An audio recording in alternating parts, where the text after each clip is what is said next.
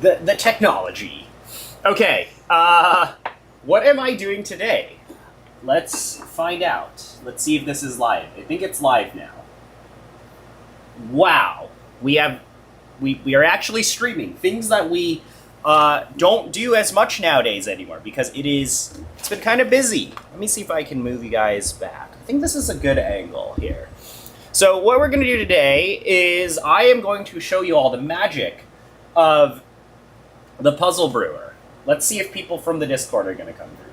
It's a very, very surprising time, very random to stream right now. I guess the stream officially starts in 2 minutes, so we'll go from there. But what I just wanted to do is I just wanted to brew a little bit of coffee on the puzzle dripper, and then we can go through YouTube comment hell together and see what happens. This has been requested, sort of, by the Discord.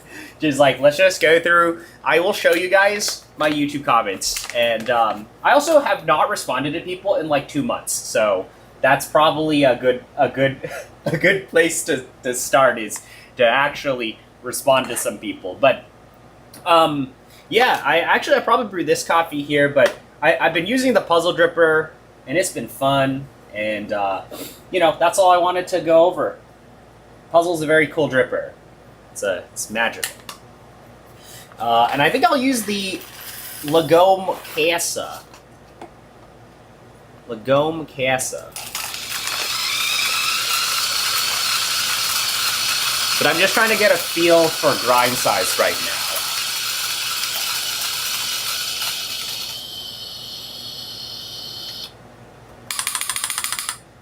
Can kind of brew some coffee.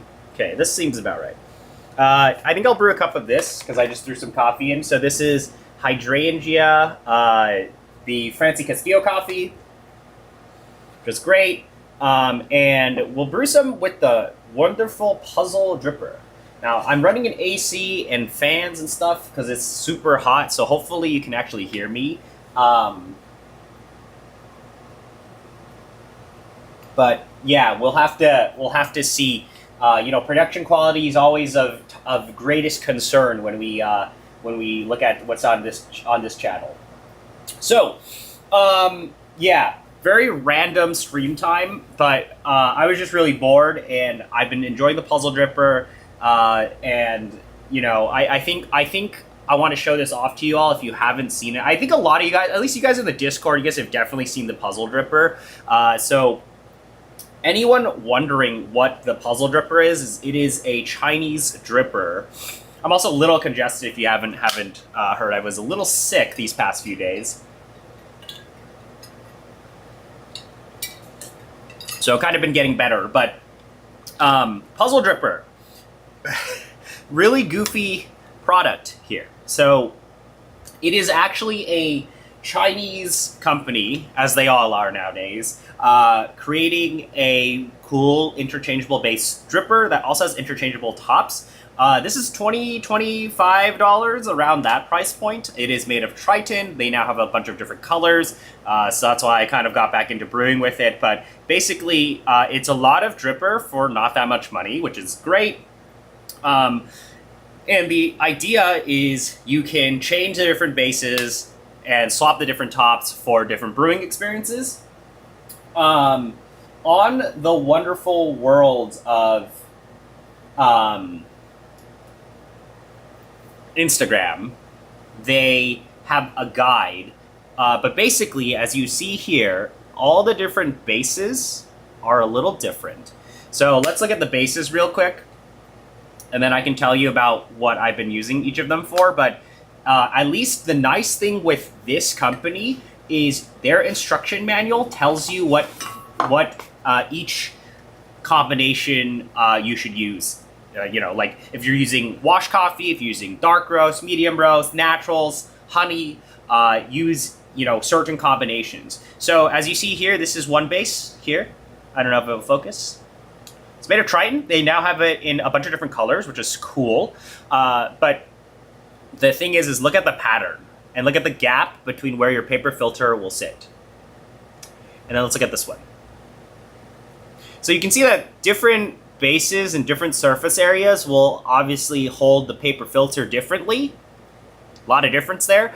But like, for example, if I take I've been using these 185 Hero paper filters, Chinese company Hero. We only use Chinese products here. Actually, holy shit, we're actually only using Chinese products here. We're gonna use the Casa, the Brewista, and we're gonna use these. And then this is probably also made in China. So that's how it is. But this is a paper filter. So when you stick it in here, you can actually see there's a gap. So the flow, and I'll do this for demonstration. We'll use the same base on both of these for demonstration or not for demonstration purposes, but for me to show you. You can see that the base here doesn't touch the bottom.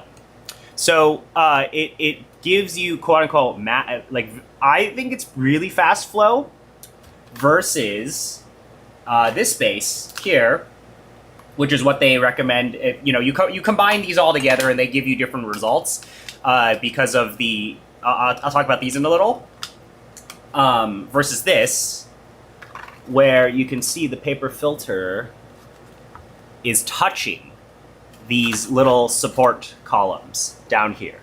So you're gonna get different flow rate, different capillary action. This is going to kind of suck the coffee through from the base versus this is just kind of like free flow through. So different flow rate at the base or where your coffee bed is. And these, if you haven't noticed, are different angles. So as you see here, because you have, so this is 80 degrees, it says U80, and this is 60 degrees, so you see there, these are going to have different angle wall flow rate, or TLDR, your bed depth is going to be taller or shorter, obviously depending on how much coffee you add. You can put more coffee with this one than this one. But also how you pour water in these is going to be a little bit different as well because of just how, it's going to be harder to pour very fast into here because this hole is very small versus this. So they have a bunch of different combinations for this, but you can see if I put this paper filter in. This is a 185 filter, but we'll still brew with it. As you can see, it really touches the bottom there. So what ends up happening is you have a lot of control over, the angle that you like, the dose, as well as the exact flow properties. This is very, very similar to everything else that everybody is doing right now. However, it is nicer that they actually tell you about, what to do with each of these bases. So here is, okay, that is not the right one, this account here. So if you take a look at this, and you look at their, I'm linking it in the chat, you look at one of their pin posts, they have an instruction manual. Actually, I'll pull it up on my phone. This is something that a lot of coffee companies could learn from, is have an instruction manual. If you give me 5 million different bases on what to do, tell me what each of them does, or what you think they do. So here we go, puzzle brewer. They tell you about the different angles. Oop, my ISO is way too high. They'll tell you about each of those. And this is the most amazing thing that I think a lot of these pour-over coffee companies making brewers could learn from, is make a freaking instruction manual on what the bases do, what you think they're for, and this has been very helpful. So if you're doing light roast and honey processed coffee, or medium roast, you use U80 with the surround base, which is this one here.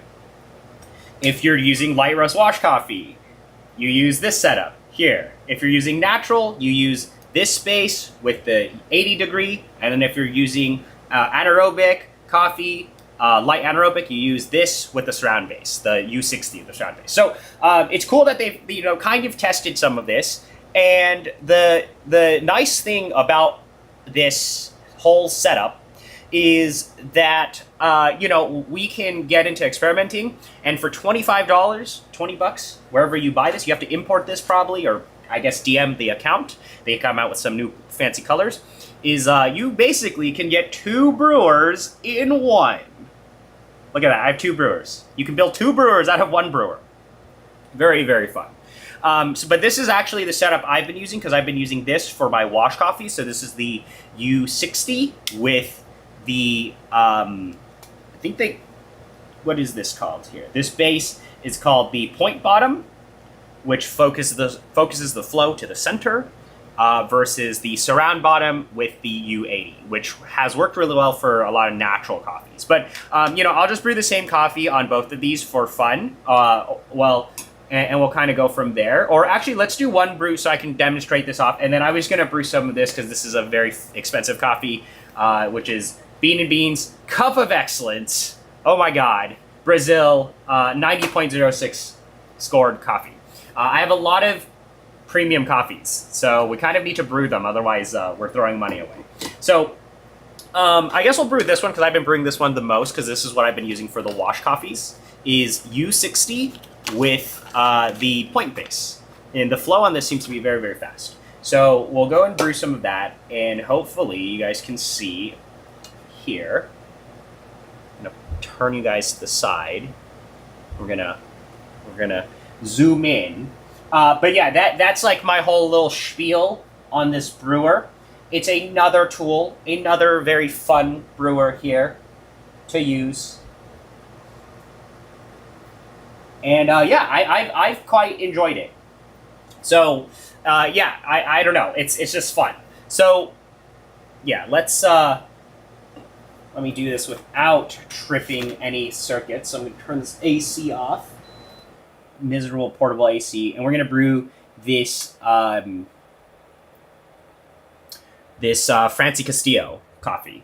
I'll do a little bit of a pre-wet, I guess, and you guys can see. But yeah, it's kind of a hard brewer to. It was like a harder brewer to buy. I don't think it's like that hard to buy now.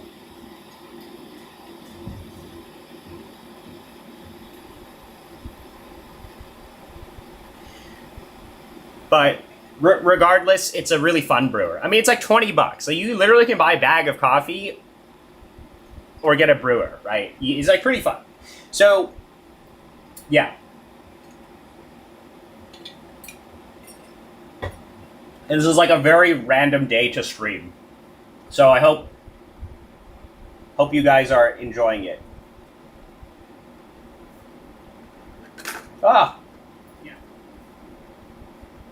The fan running. This was like 20 or 25. But they have different colors now. Super unfortunate to have the last name Castillo and grow Geisha in her farm. Yeah, she's has this coffee here. Her pink bourbon, her wash pink bourbon is so interesting because it's a pink bourbon that is yellow fruit tasting, that's tropical fruit tasting. Whereas, I feel like a lot of PBs nowadays, they all are very, generally speaking, a lot of Colombian PBs, they're very red fruit tasting. So it's a very, I had this on X Bloom. It was fun to feature this for a lot of people, especially, this is a Loring roast, I believe, from our friend Bill. So maybe we'll get a Loring video later on. Loring versus Probat video. Oh, controversial. Oh yeah, sure, I can hook you up with a Discord invite. Yeah, I don't really like put the Discord out that much because we've been getting a lot of OnlyFans bots. So the Discord is temporarily, if you actually want to watch these VODs, you can go and find the link here, right? You can scroll through the chat and find the link.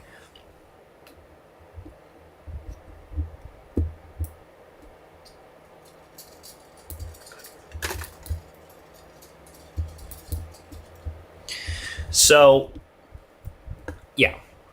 All right, I'm gonna brew some coffee. Very surprising, but yeah, this is an amazing coffee. So, been pretty happy with how it's been tasting, and we put it on the X Bloom marketplace for some people. But yeah, this is the puzzle brewer. So I know I don't know if there's a negotiator or an Oshi for it yet, but as you see there, the flow is very fast. It's what you would expect it to be. Of course, I'm using something kind of similar to Kalito 185s. So the speed is really going to be limited based on the paper filter. But as you see there, obviously, like, there are waves and stuff that your wave filter fits into, but you can see that all of this water goes to the center, which is really what it's supposed to be doing with this specific base. So, yeah.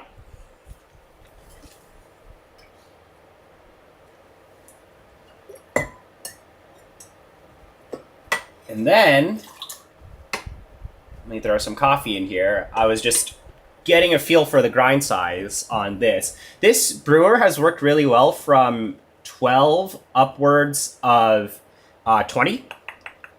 I have 11.3 grams in here, or some amount of coffee.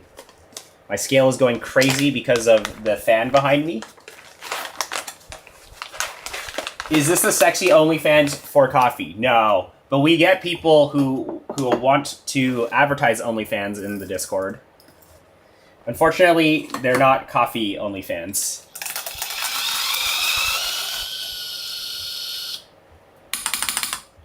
So, yeah, I'm just going to throw in...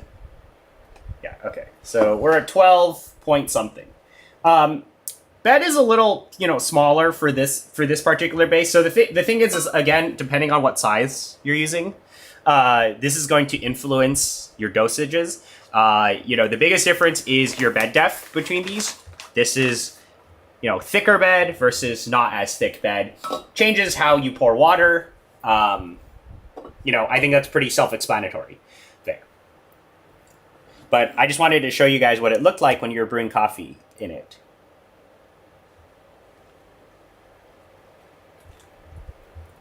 So you actually can agitate. You can do a lot of stuff with this brewer. And this is made of Triton, by the way. But you can see kind of how all of the liquid is like aiming towards the center there. And this, to me, tastes like, an Oria or a fast-flowing, fast flat bottom.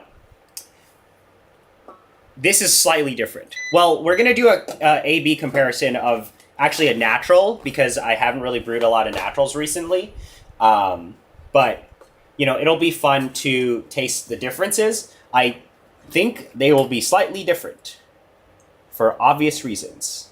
It's way easier to brew in the U60 because the U60 is much wider.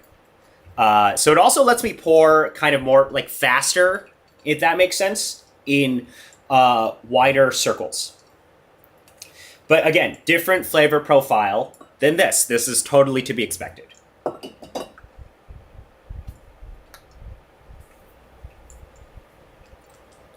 But you can do all of those April pour patterns. You can do all of those crazy fast flowing pouring patterns. Like, look how fast I'm pouring, and it will taste fine. Yeah. You can see there. I don't know if you guys can see the actual brew, but you can see all the liquid is concentrated into the center, which is what that's supposed to be doing. And it's been pretty nice. I will say that this is just fun, right? Is it better than in April? Is it better than an Oria? Is it better than any of these? I have no idea, right? But I think it's fun. And I like that you can actually have two brewers out of one. So now let's get on to this one here.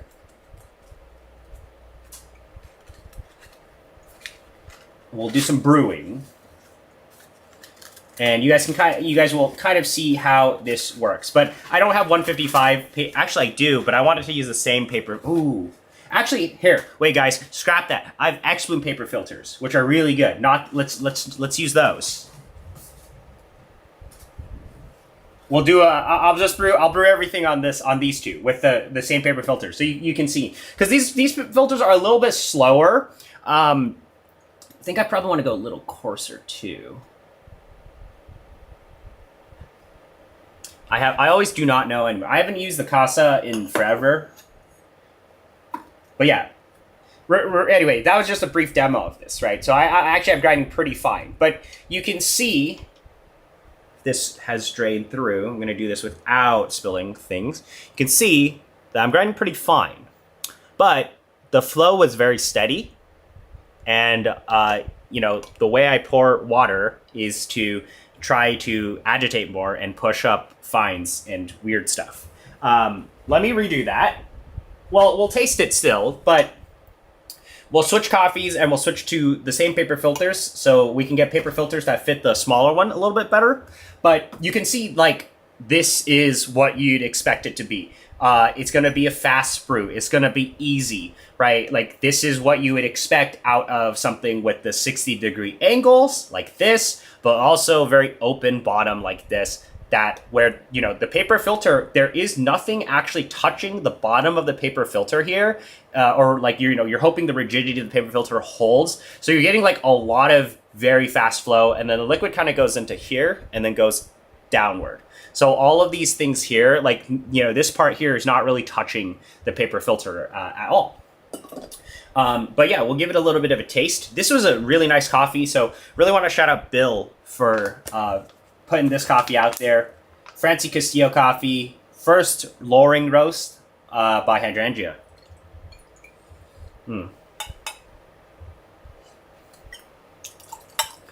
This was, for those of you who were here at the beginning of the stream, this was a very interesting pink bourbon, because it's so weird. I mean, maybe I'm so used to like the more recent pink bourbons, like Servio Botina, Jose Martinez, their pink bourbons are all super red fruity. You know, when I think about pink bourbon, I think about like red fruits and all of that, and like, you know, your raspberries and strawberries. And this is the same type of expressiveness, but it is yellow fruit. It is tropical. So it's fun to have that loudness in coffee, but it's just so different than what you would expect it to be, especially, you know, when you think about Colombian pink bourbons. So, anyway.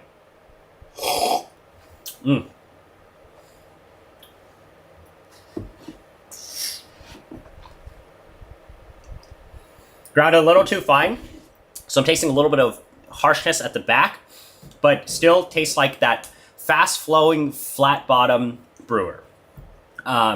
It doesn't have the weightiness of acidity that you would get out of a lower bypass brewer. For example, you know, if you take an Oria, you negotiate, you take Flow, S-Works, and you oceate, you get that you get that super low bypass, like higher extraction, a type of loud acidity or, you know, weightier acidity. This doesn't have that, because that's, you know, I would say this is still leaning more towards delicate, but heavier acidity than something like a V60, right? Like, I know this is like a thing that you either really like it or you dislike it. I think I still prefer lower bypass flat bottom brews, but the main thing that I'm really looking for nowadays with pour overs and even maybe specifically flat bottom brewers is ease of use, right? Like, how is this frustrating for me to brew on? And the challenges with, again, with a lot of these flat bottom brewers, it could be very frustrating to brew with. For example, like your Calitas, where that shit stalls, and that's not fun.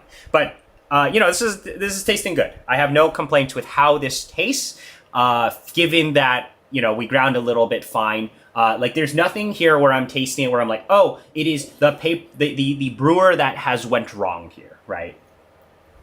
But yeah, how many ways can you make different pieces of plastic? I have no idea.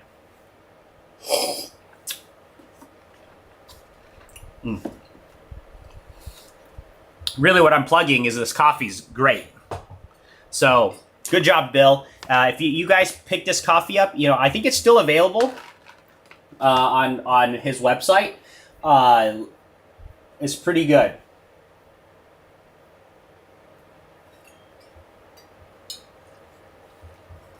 This is a flat bottom dripper, so it will only work with flat bottom brewers, bases, paper filters.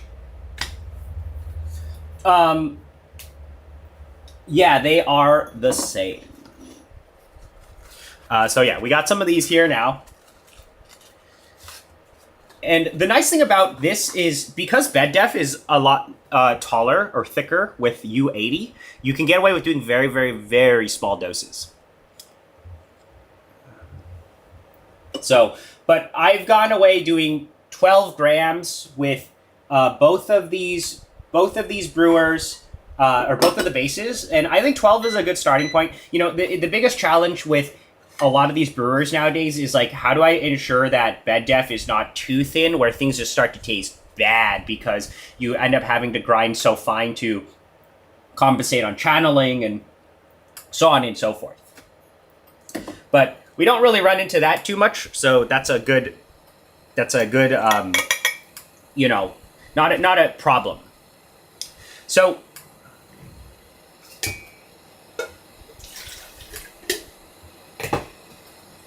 yeah, anyway, now I'm going to brew some Cup of Excellence coffee, because why not? Also, this is just a weird, like, it's so weird to taste super premium Brazils.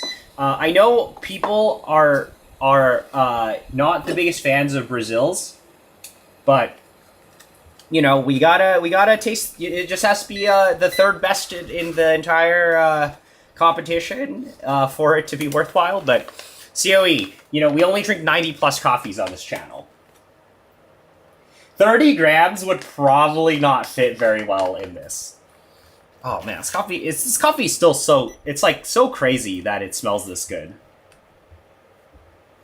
For a natural, for a Brazil. Oops, my scale is going crazy.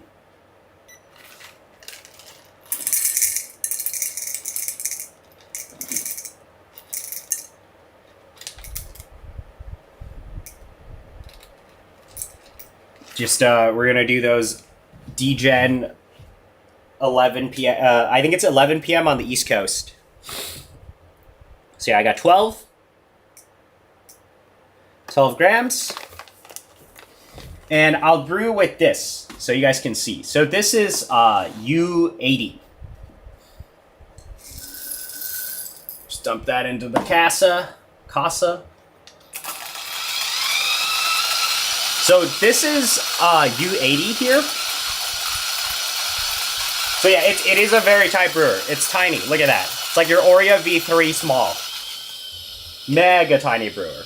But as you see here, if I pour water in here, so I'm gonna zoom you guys in. Oh.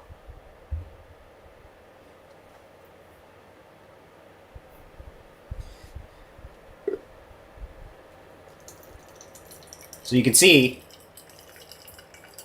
this is how the water flows through. So it's kind of like a shower screen of sorts. And that's really because it is, well, a paper filter touching bottom of, see, paper filter is touching the bottom base there.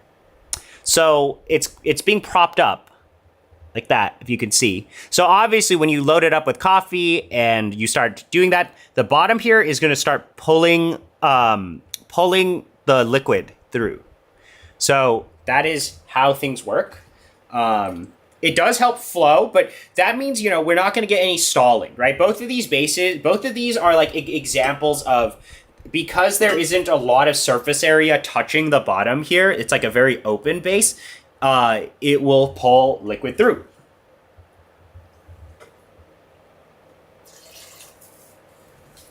So, yes.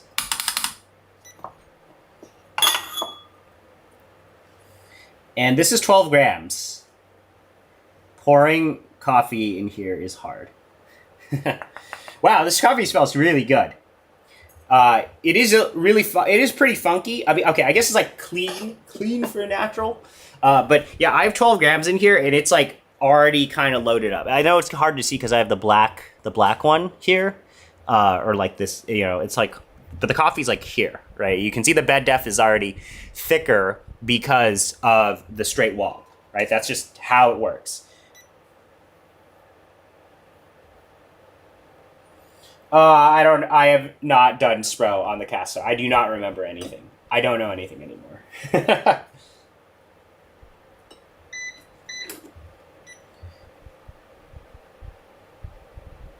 But yeah, as you can see here, you know, I'm using a fast kettle, so it's like hard to exactly, you know, get an idea for some of this. But you can see I'm pouring in very small circles, small radius, because I have to do that. But you can see the liquid goes through very, very consistently. So this is really a brewer that is set up, like this setup here. They say it's for naturals. This brewer is totally good for that. Like, I'm gonna add another 50 in here. So you can see, it's like all that liquid's getting pulled through. I don't know if I was blocking, but yeah, like the liquid you see there, it's getting pulled through the base there, which is great. And we're starting to see, you know, depending on how you pour it, you can get all the fines to get pushed up. But yeah, this is really great for, you know, your 3 or 4 pour recipes, or you just do 50, 50, 50, 50, you know, 4 50s, which is what I'm doing. Again, let me show you this. See, the liquid just gets pulled through very nicely. So the flow is very consistent, and it's not dependent on, you know, the paper filter you use, and it's not dependent on more of, I would say, like gravity here. This is like just, you know, nothing's touching the bottom of here. Maximize flow versus consistent flow. And I would argue the flow of this is slower than this brewer. But, you know, we'll brew and we'll see. This is really, you know, I think it's more intended for these slower flowing types of brews.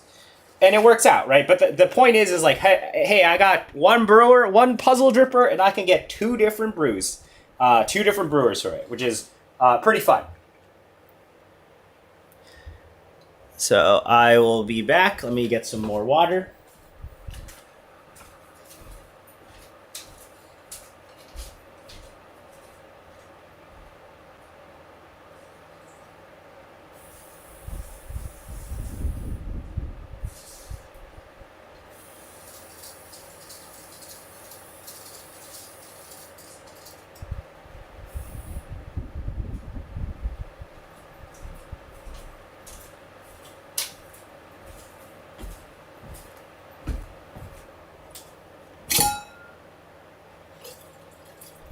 Fill up the kettle a little. So yeah, the nice thing about this is flow is super consistent. And I think if you guys can see that, right? I didn't even everything out at the end, but flow is consistent, easy to brew in, consistent speed, right? That's what you would expect. I'm gonna let this cool and we'll taste it. We'll do another brew, exact same, you know, something very similar at least, and we'll compare it against U80. So we're gonna see, is it any different? Wow, you know, how different could it actually be? I will tell you the flow is gonna be different. Those are just things that are actually going to be different because of the angle, as well as, well, I'm human, so not everything's going to be the same. But mainly the angle and the bottom base flow are really going to be different.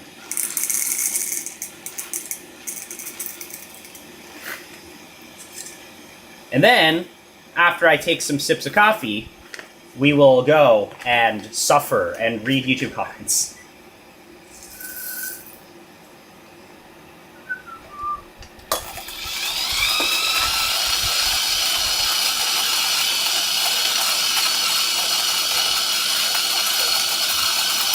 Yeah, puzzle. Super cool. It's just fun. It's so fun to brew with the puzzle. And we are brewing very expensive coffee, so it's also a treat to do that.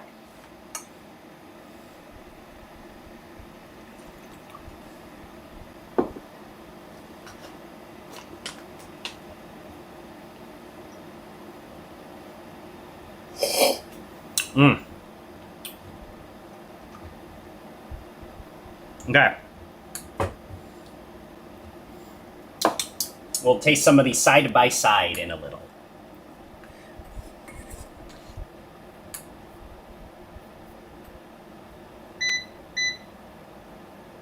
I showed up just in time for suffering. Nah, dude.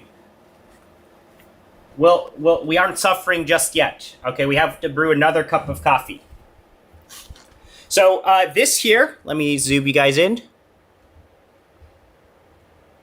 This is, I already showed this earlier, but this is U60 with, well, now we're using faster filters, but this is U60 with the centered base. So you can see it's just very, very fast. It's just like all the liquid goes down like that. And I guess depending on paper rigidity, you will see the bottom of your paper filter potentially touching things like that. So I guess this is things that will pull all the liquid directly to the center. I am using less bottom rigid paper filters, so this still, I think, should be faster. But let's find out.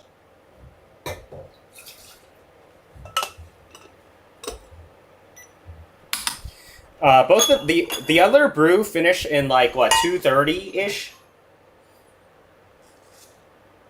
But I do think this is much easier to brew in. I mean, look at how much more space I have. I can pour much wider. I don't have to be as precise with my movements.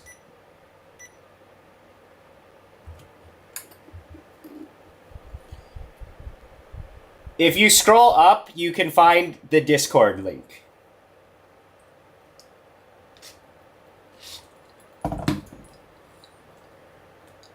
So you can see, again, all the flow is in the center here. But the angle is different. Does the angle matter? Potentially, right?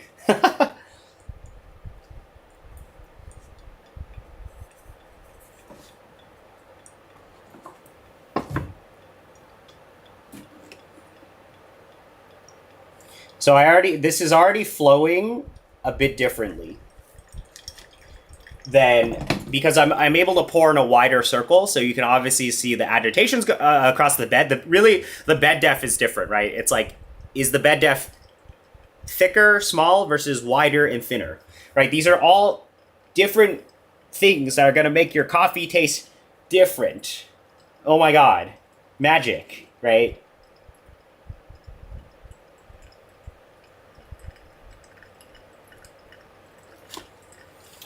For better or worse.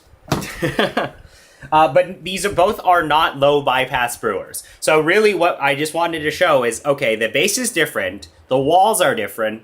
Does that change cup quality? That different, right? Does it impact cup quality where it's actually noticeable, right? Aside from that, it's really the actual brewing behavior and dynamics, right?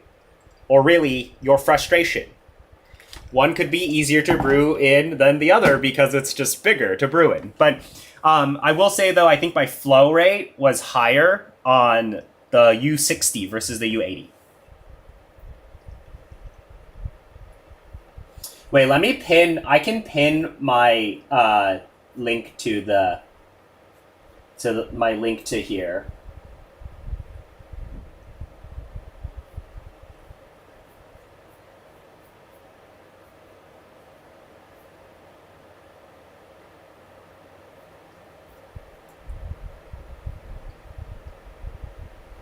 Oh, I can pin my message. Okay, check the pin messages if you want to be in the Discord. But yeah, flow of this super, super fast as U60 and U80 flow is very fast. They both finish around a similar time. Both very fun brewers. I have no problems with how these brewers handle. Right, they're both fun to brew on. They're frustration-free. They make a good cup.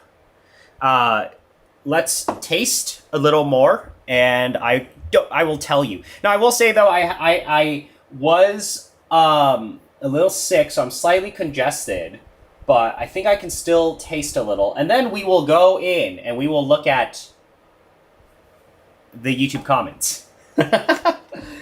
I love engaging with people on the internet.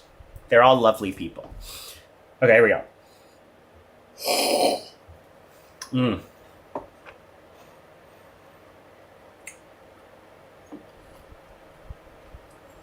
That's nice. I mean, this is a great coffee. This is a Brazil. Oh my God, I'm drinking Brazilian coffee. Crazy. Crazy. Let this cool down.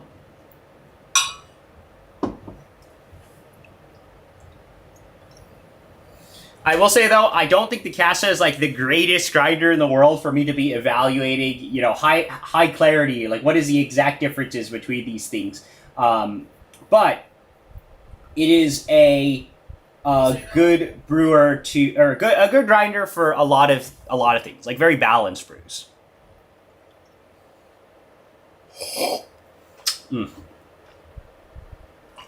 Okay. I think there's a slight difference. Now, I don't have a friend here to help me do a blind comparison, but I have some initial thoughts that I can share in a little bit once this brew cools down. But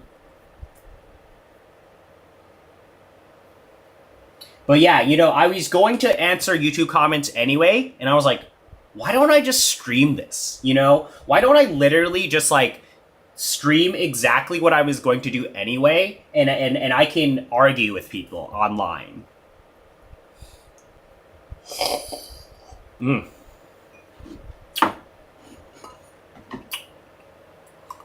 There's actually acidity in this coffee. Oh my God. Super sweet. It is, yeah. Cup of Excellence, baby, 90.6. I don't know how much of this coffee they have left. All of these Cup of Excellence coffees always, you know, sell out very, very quickly.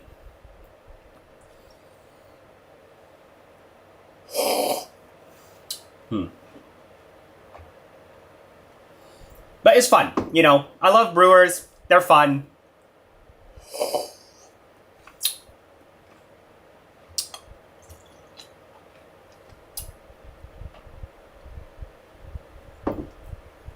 They make me happy. I want less frustration when I brew coffee nowadays.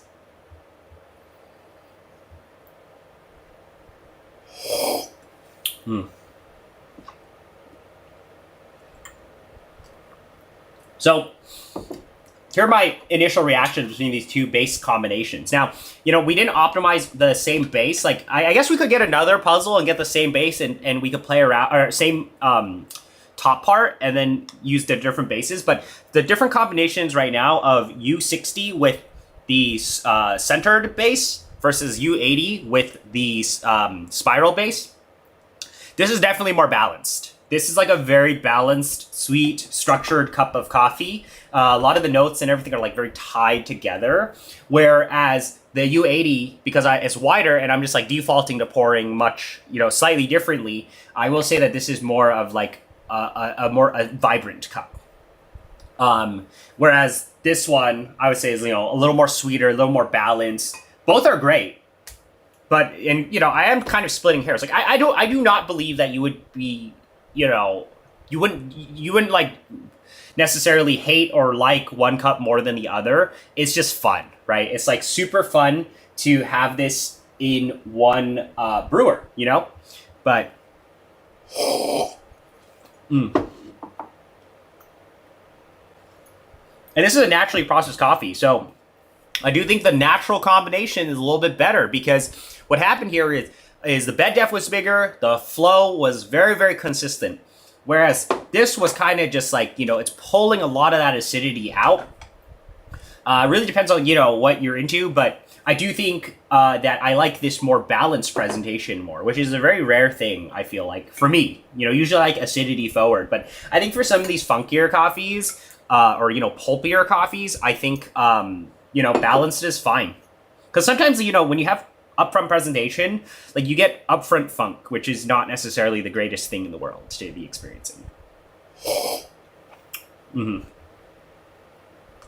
Like this has like a creamier, silkier body than the U60, which has got that like higher agitation, acidity, separation. But this is a great coffee.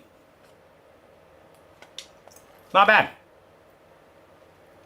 Light roast, natural, cup of excellence, Brazil. That's insane. Okay. Now. Oh boy. What do we do now? I think it is time. It is time. I think you guys can hear me. Well, let me look at the chat. You end up picking a bag up of Alita Estate. Yeah, I actually do have a bag of that coffee already. It's a stellar coffee. It is like incredibly clean. It's if you guys have had 2022 Say Alita, this really reminds me of like how good 2022 Say Alita was. 2022 Say Alita was more let's see. Say Alita. The 2022 Say Alita was definitely more like yellow, or not yellow fruit, green like lime. It's lime and citrus. 2023 Say Alita wash was like pretty rough, man. So this is like if you enjoyed 2022 Say Alita and you had that level of expressiveness with like those the lime, like the typical Panama Geisha notes, this is the same type of thing. But in fact it is lighter than Say. At least when the sample that I got, it is super light. You need to really you can extract the shit out of it. You can push that coffee very, very hard. And it is incredible. There's more to give in that coffee. So I've really, really enjoyed it.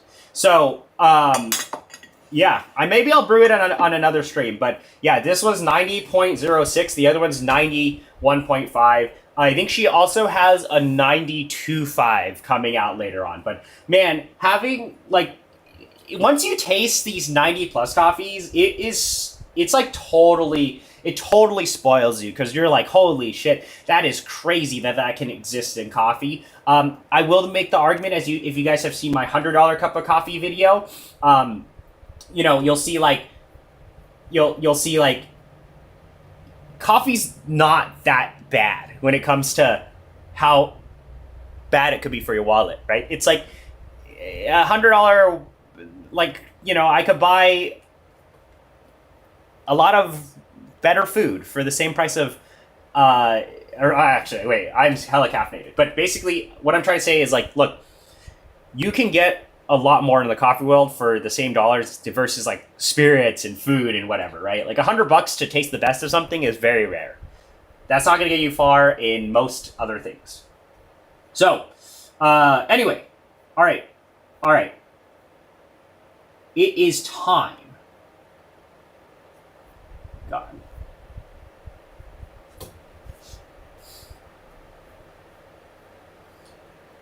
Oh yeah, here's the Discord. I have the streamer mode enabled. Ugh. I wonder if anybody actually joins the. Oh, okay, well, holy shit, you guys are actually joining because of the stream.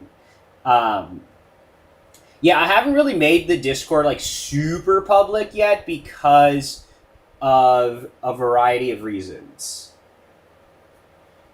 Okay, here we go.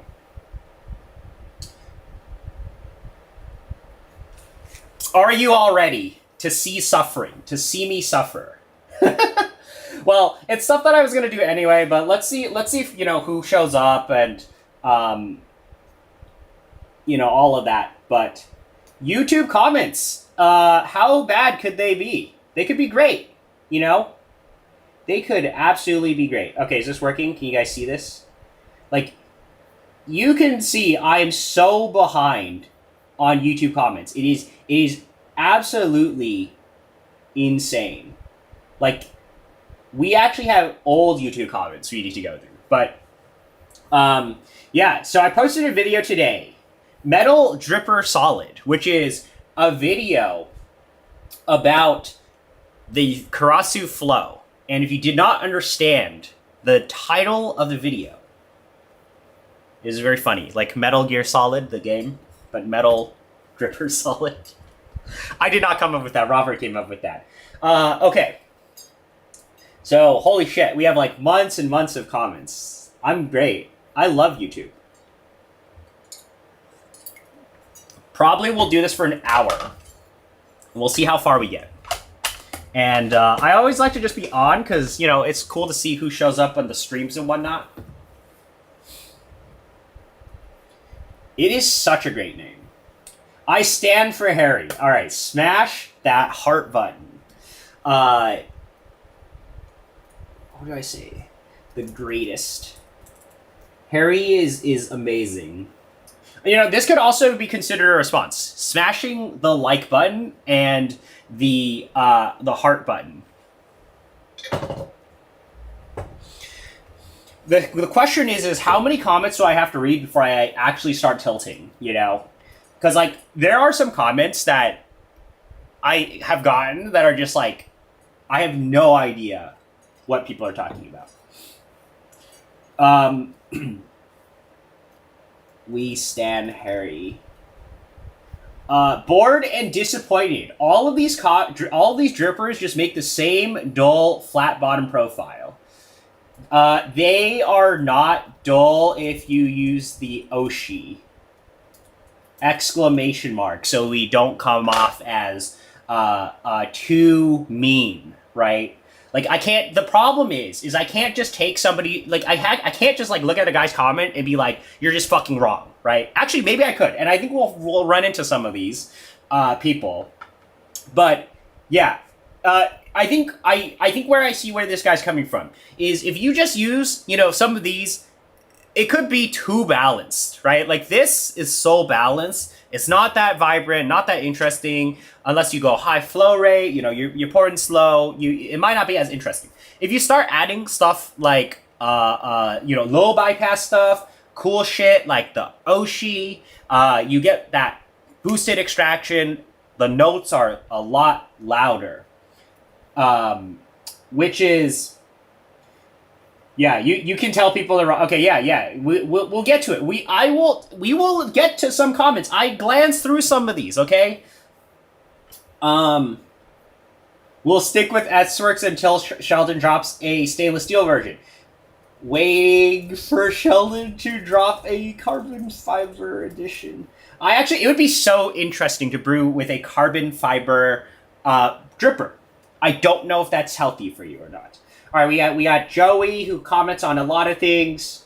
Totally can see why he got rid of it. Yeah, you know, like if you get a flow, if you don't want to have a lot of different brewers and you get the S-Works covers like 99% of bases, right? Like, you have to think about how good the S-Works is. The S-Works freaking does everything, which is honestly why it's so good. But you know, I've been using this because I don't want to Oshi, right? Or, like, I'm so used to Oshiing with the S-Works where I'm like, man, I just want to get a different flavor profile.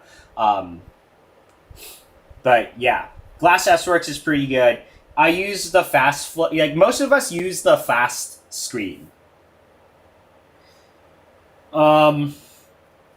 Hopefully Harry puts it up.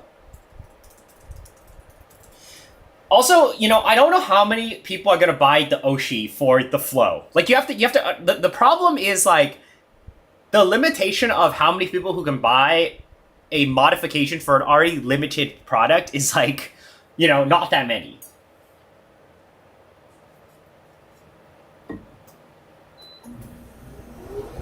Now that I'm not boiling water, I can turn on an AC.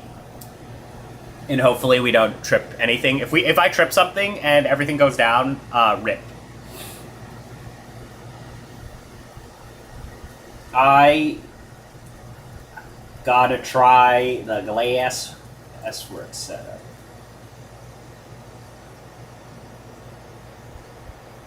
Dude, yeah. Okay, all right. If I find one, I will just write "you're just fucking wrong." Okay. If we can find somebody who actually says something really dumb, we'll just call them out on it. Is this a metal or a V4, dude? My guy, if you watch the video, we said it multiple times. We said it's the flow drift.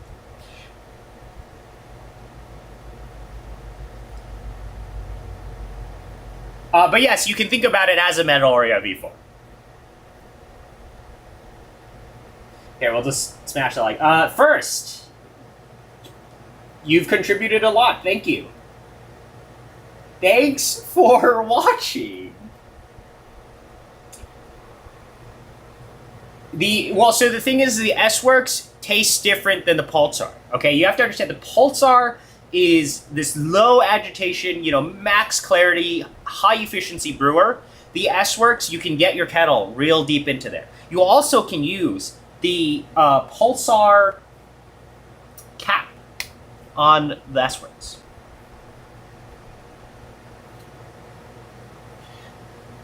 I literally do not remember what I said in some of these videos. I have no historical, like, I probably won't respond to anything like too old. Like, these are old. Like, these are old videos, man. Well, we can come back to that. 14-year-old coffee roaster, Leo. Very, very cool. Hope you guys watched that video. It's like super interesting that people are learning how to roast coffee when they're like in high school or before they go into high school. Can't say that that's something that I would recommend for a lot of people, but I do think roasting coffee is a very good exercise. It builds discipline, man. Like, it's a good thing to learn, but yeah, coffee is crazy. I don't know how many of you guys bought his coffee. It's sold out, by the way. He's really grateful that you guys picked up his coffee. He's releasing a new coffee now. It was in anaerobic natural Brazil. Really good for your espresso and milky drinks. Definitely not to exactly my preference specifically for that coffee, but you could tell the potential is there. Even across the 4 batches he roasted that day when we were filming that video, and if you got to the cupping section, you could tell that his coffee's like, it literally was getting better. Where like one of his roasts was a little bit baked, one of his roasts was a little too developed, and you could tell like he's getting better. And the thing is like, he's going to roast coffee better than I will ever be able to roast because I don't care about roasting. So, yeah.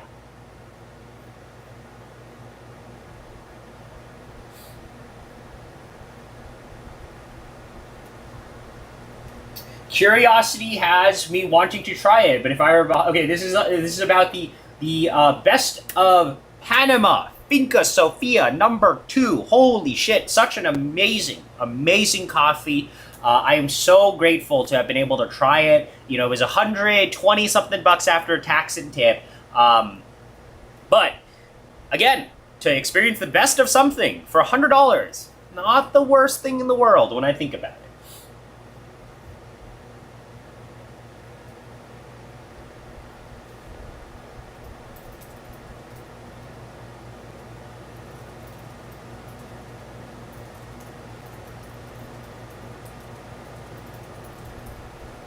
I have no access to the emojis. Oh, actually, I do. We don't need to respond with emojis. Oh god, this is a grinder related. It's actually been amazing. We've been able to scroll pretty far without seeing. I was going to take that back. I was like, we've been able to scroll pretty far without seeing anything about grinders. But no, we see some shit about grinders. This is just how it is, man.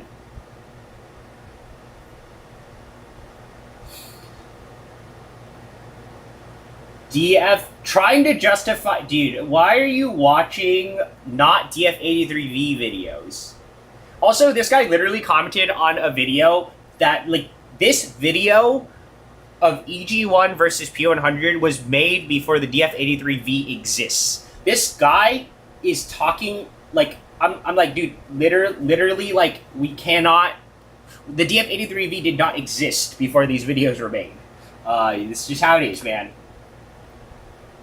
Neither one has good adjustment repeatability, movable ring, or forget how many times you're around.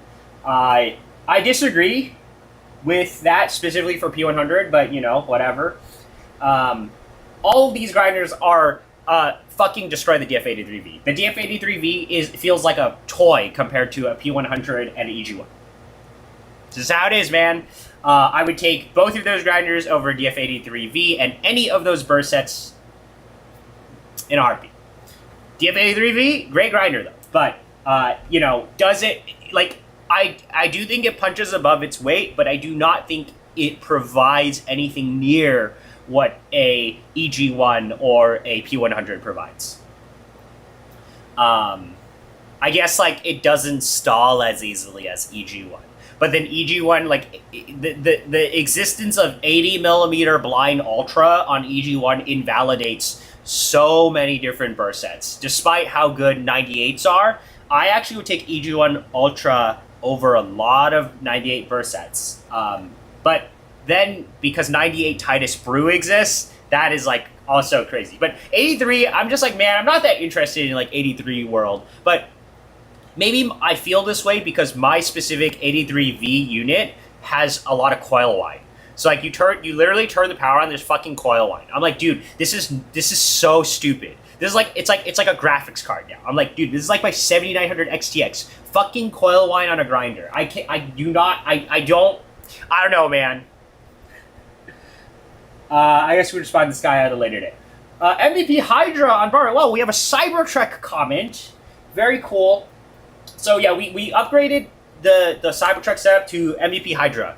I guess if you guys want to see that, actually I will be going to Seattle a little. I don't know if I can swing by Espresso if I have time to do that. But MVP Hydra is such a great machine. Sinesso really knocked it out of the park with MVP Hydra. That thing is absolutely insane. I know Ming and Harry they're gonna do some videos and stuff on it. We're gonna get that up there in the future.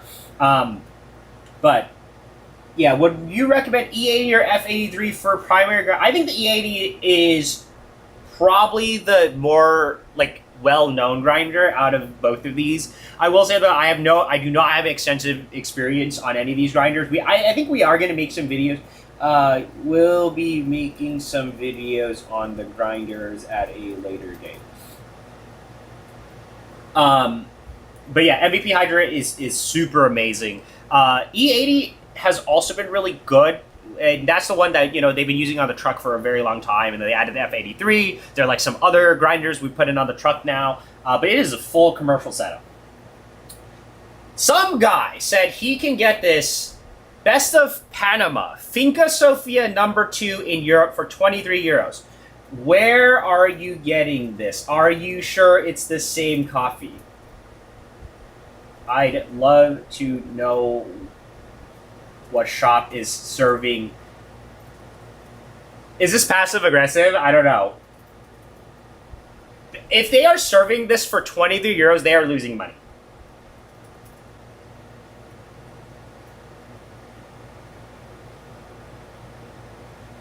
Where are you getting this for 23 euros?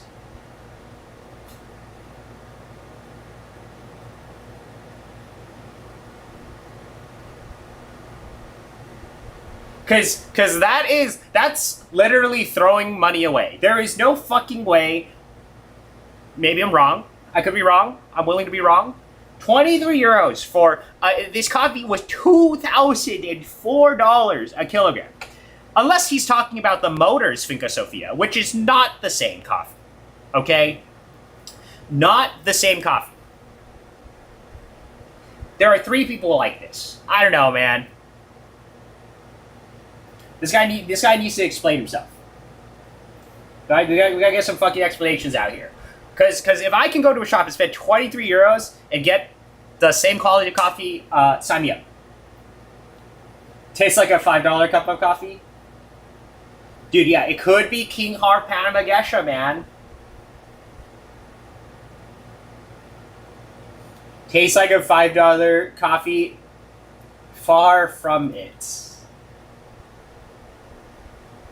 Yeah, dude, Hoffman is fucking insane. This man paid $300 for a Japanese Typica Natural. I'm like, what are you doing, man? It also kind of sucks that they didn't let him film inside. I would have loved to see the inside of that shop. I actually had a friend go to that shop, and he had a great time there. He had some of the other offerings. Honestly, those other offerings sounded much more appealing. But, oh my god. I would spend $300 on, like, Best of Panama #1, like Carmen Wash last year. Like, that to me would be like, okay, make me a cup of that. But also, I don't think espresso is like a good beverage to be presenting premium coffees. Just like you do not get the extension of flavor notes in something like an espresso because it's just too highly concentrated. I think, maybe this is copium, but I feel like $300 for a pour of the Typica, of whatever that Japanese coffee was, would have been very interesting to me. Because you would then be able, you'd probably taste like low elevation. You'd probably taste dirt. Like, let's be honest here. You'd probably taste like terroir, dirt.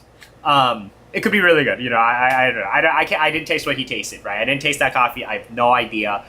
But when we're looking at the elevation, we're looking at what varietal it is, you're looking at where it's from, you're just like, damn, dude, $300 for freaking that coffee? I'm not sure.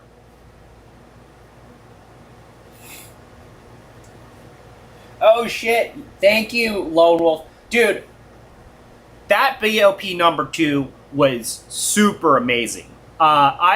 I really, like, I don't have the card with me right now, but I have really, kind of 3 distinctive experiences with Finca Sofia, and 2 of them were from Say. So in 2022, there was that Finca Sofia, which was amazing. 2023, or really 2024, beginning of the year, there was that Finca Sofia that Say did for motors. I also have had Finca Sofia because I'm local to a Boot Coffee, which is in San Rafael, and I mentioned that in the video too, but it's like the reason why I like Finca Sofia so much, BOP #2 Finca Sofia, is we have the ability to change cameras here. BOP Finca Sofia #2 is specifically the presentation of like red and like blueberry, red fruit, jasmine. Those are 3 very distinctive flavor notes of naturally processed Panamanian Geishas, but more specifically, I would say blue and like blueberry in something like Finca Sofia. So that's then the nice thing about Finca Sofia is, like, to me, maybe just like when I have had these coffees, Finca Sofia has been like the coffee to get. PM info card. It might be at my parents' house. I have to find it. Yeah, so here's that Finca Sofia here. I don't know if I can zoom in here. Can we zoom in?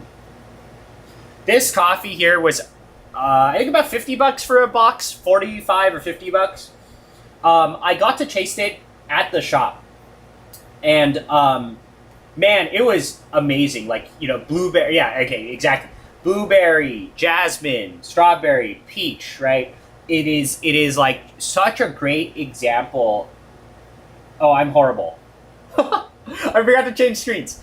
This is the Say roast. This is like one of my first few times where I had a Panama Geisha, naturally processed Panama Geisha, that like really blew my mind. And I got to taste this coffee in the shop. I drank this with Tobin. Tobin's been in a lot of videos now. You've seen him in a bunch of stuff. And we got this coffee, and the sunlight was raining down on, not raining down, but like the sun was shining through. Let me pull up his Instagram account.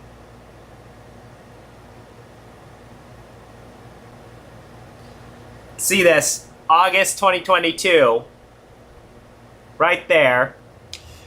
Finca Sofia, this coffee was so good. I loved this coffee. So it was amazing to have other opportunities to taste it, especially, it's like this to me was already a 90-point coffee, right? Like that realm, which was like, oh my God, it's so good. It was a little funky, right? It's a natural, one of the rare naturals that you see Say do. But, I really enjoyed this coffee, and the second time I got to try it, unfortunately, Say did not release it, and they did a Motors special release because it was a little too funky for Say. But it was still a stellar coffee, and I got to brew it for my birthday. I was so happy.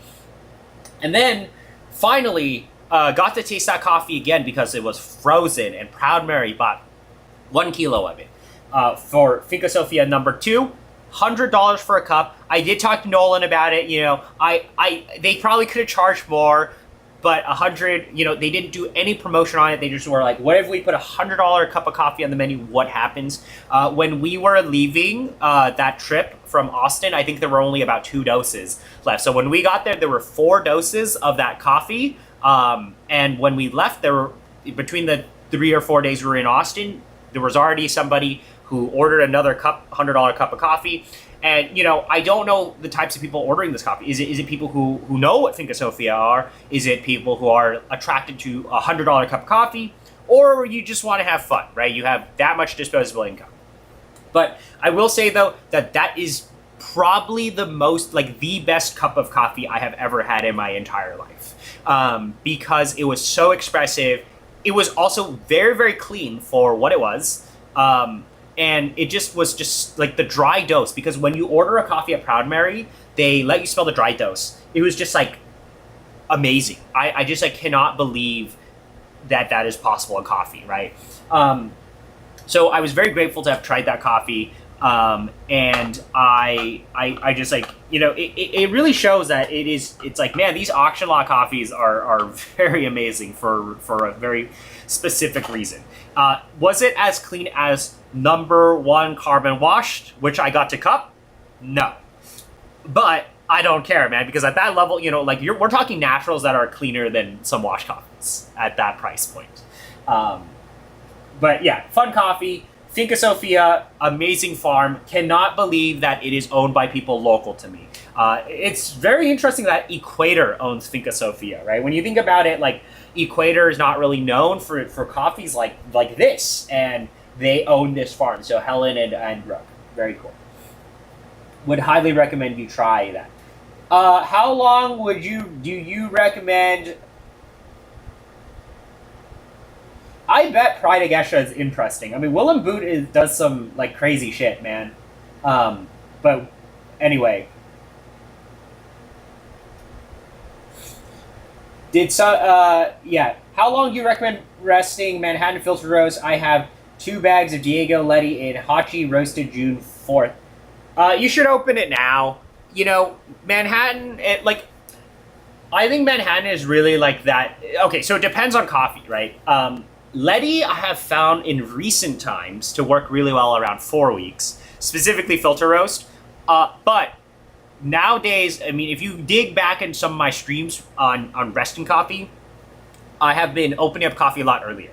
It's kind of weird, but the entire idea is you want to like catch the coffee as it opens up. Letty is definitely a coffee that is already so expressive that you can open it at 4 weeks and you'll be fine. And it probably will peak around week 6 to 7. But then I have found with some of those coffees, they like kind of have a sharp drop off. So you just need to be a little careful.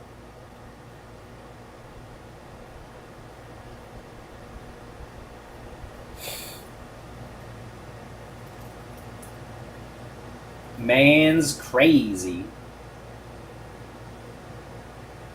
Doesn't taste like coffee, must be altered DNA. Okay, so here's the thing. Is this a meme? Is this a meme comment?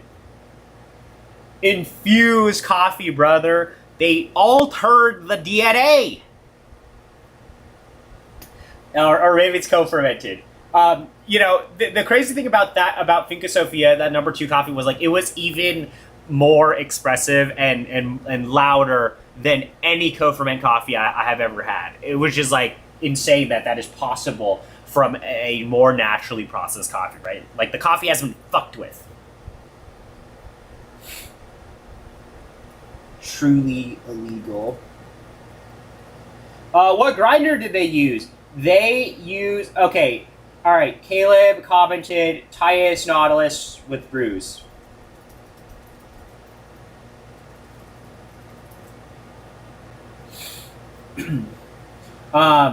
Yeah, they use those for. They better not be putting my $100 coffee through a not perfectly aligned grinder like the Nautilus. Yep, they use the Nautilus. They have the E30, so people are kind of confused on this, maybe because they saw the Rivian video.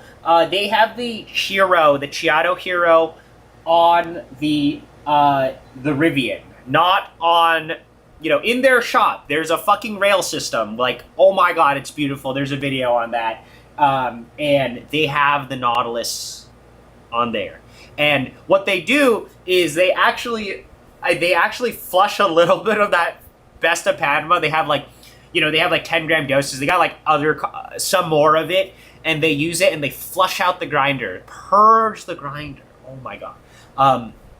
And then they grind the rest, and then they brew, and they brew on a separate system, separate kettle, separate water, separate, all of that, and it tastes amazing. The Misty Mountain from last year smelled so strongly of dry flower I almost could finish my cup. Shit's altered DNA, brother. I will have to look for your PM card. I hope I still have it. I hope it's not crushed up.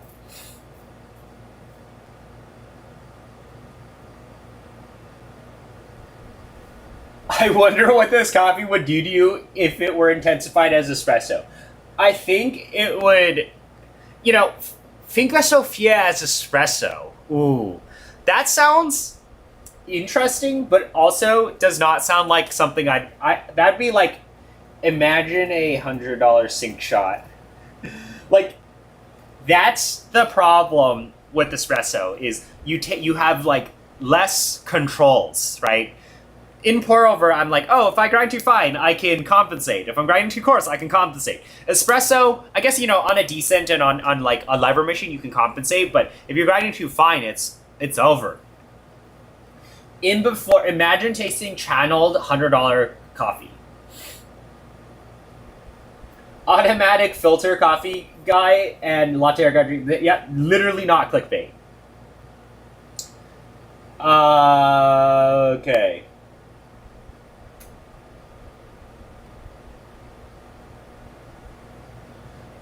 Oh my god, what is happening here?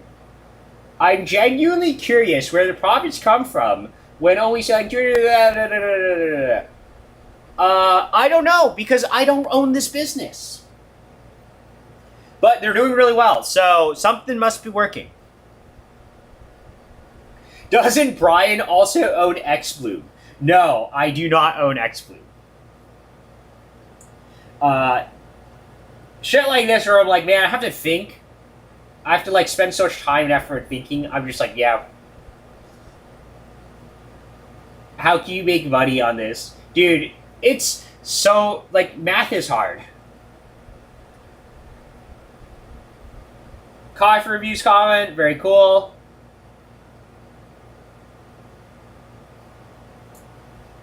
Here, we'll, like, see, this is like so much effort. You just click things.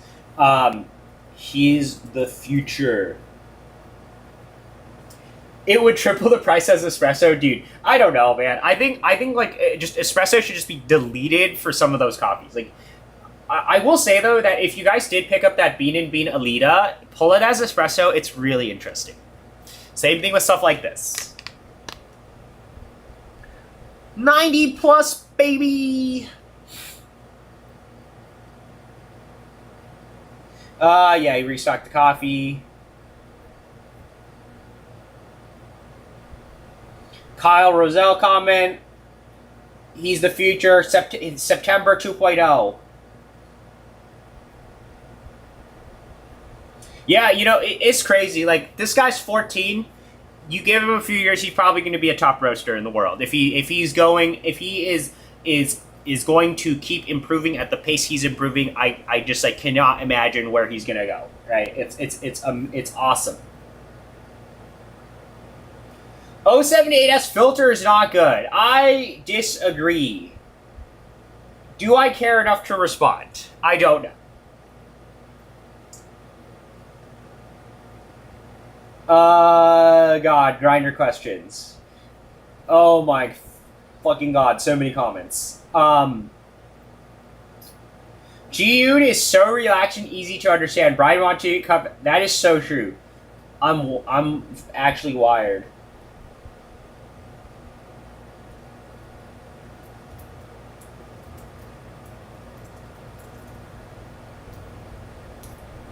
But yeah, you know, like, it's a chill stream. We just gonna answer comments and hang out with the chat.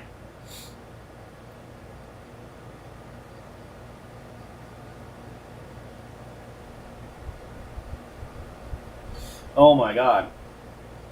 Random gear questions.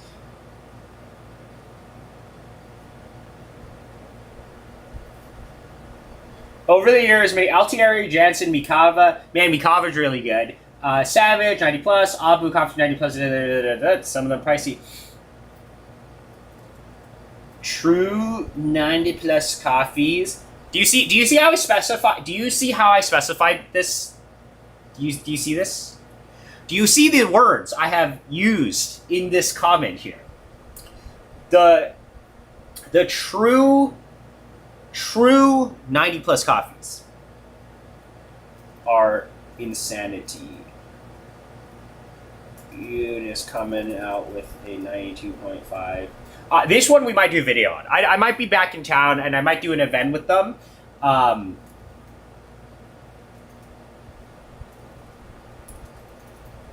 She's gonna. I think she has a 92.5 Esmeralda.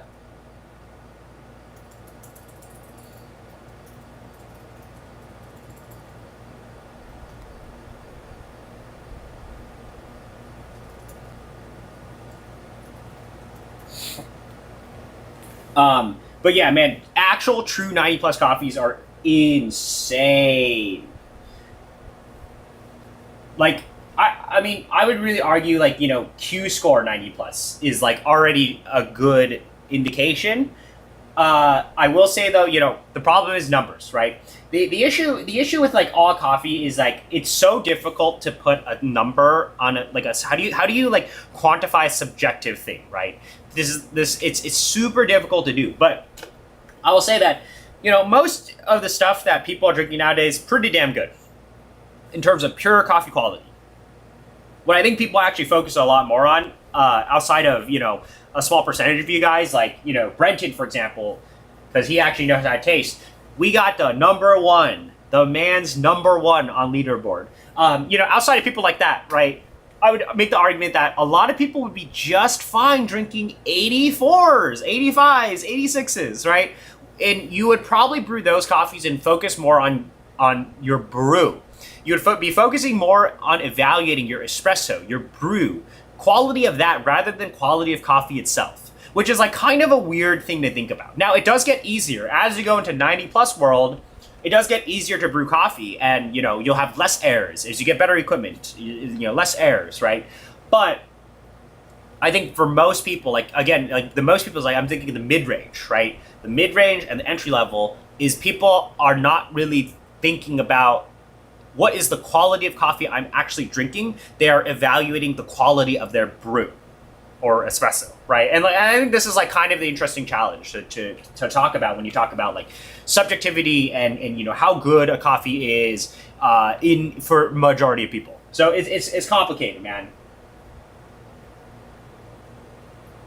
Auction grades are going to get silly now that COE and AC ACE. Oh fuck, what is ACE?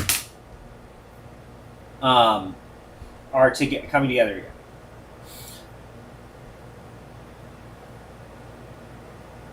Lorenzo, Liam, Tyler, yes.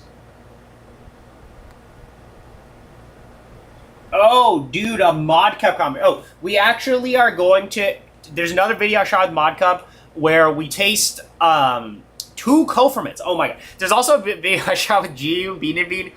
Fuck my life, dude. We're drinking co-ferments. But Mod Cup, we got this video. I have to like figure out how to exactly edit this because basically we taste a good co-ferment and a not so good co-ferment. So it's like where this is like, the greens are all fucked and it's just super covered up with processing versus, like a relatively clean co-ferment. So that's the thing with co-ferments is like, I think a lot of people, when they hear co-ferment, they instantly think, unclean. They think like mega hyper processed. You can get co-ferments that I think are cleaner than some funky ass naturals. Oh, Alliance for a cup. Oh, okay. Coffee Excellence. Yeah. So not being American, my impression from Brian's channel is that the Bay Area is like 90% Asians. Yeah, that's true. Surprising, dude. I have some shit I will share maybe for another stream, but yeah, there's some fucking racists in the Bay Area. Some fun shit to deal with. It is crazy to people that they're like. It's crazy that there aren't people on Coffee YouTube aren't only white. Surprising to some. But yeah, a lot of the people in the Bay are Asian. That's just how it is. But we've got, it's interesting to have like some diversity. Yeah, it is super funny. Like this guy's not in the country. Yeah, this video was shot in New York. Although where this roastery is like a super Asian neighborhood.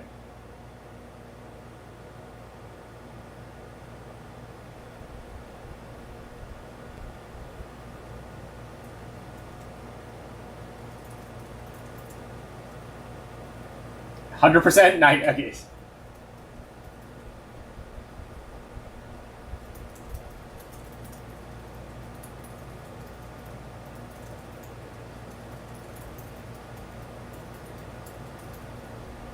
Ah. Celia's watching.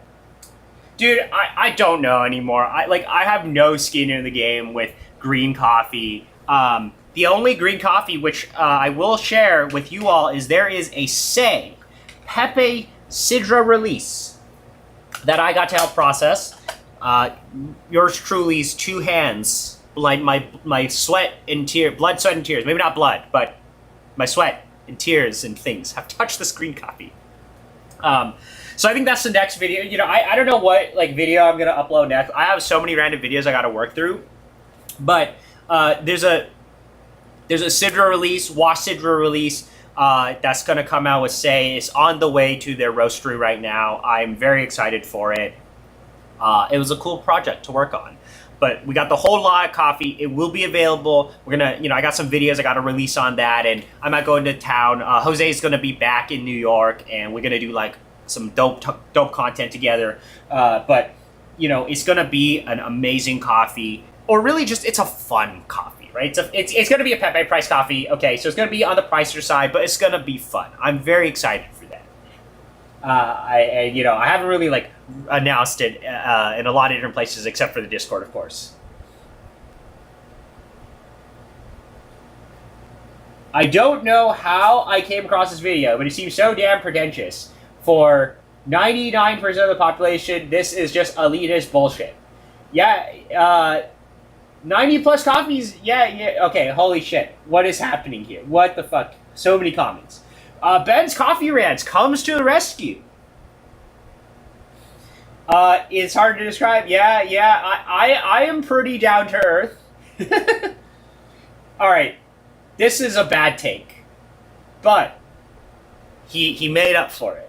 He understood. It's just supply and demand, complexity of farming, global supply chain bullshit.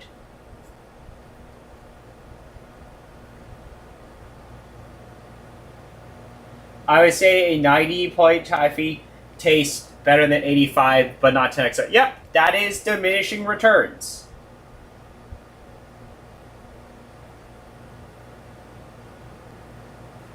Oh my god. Just because it's not for most people doesn't mean it's elitist bullshit. I don't care about okay, all right. This is some law. Okay, this is what? Dude, people are arguing in the comments. What the fuck?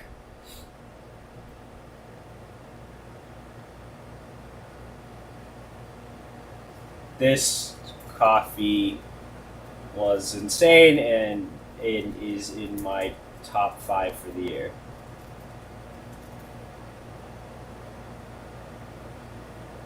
We don't get, okay, Indo comment. Very rare Indonesian comment here.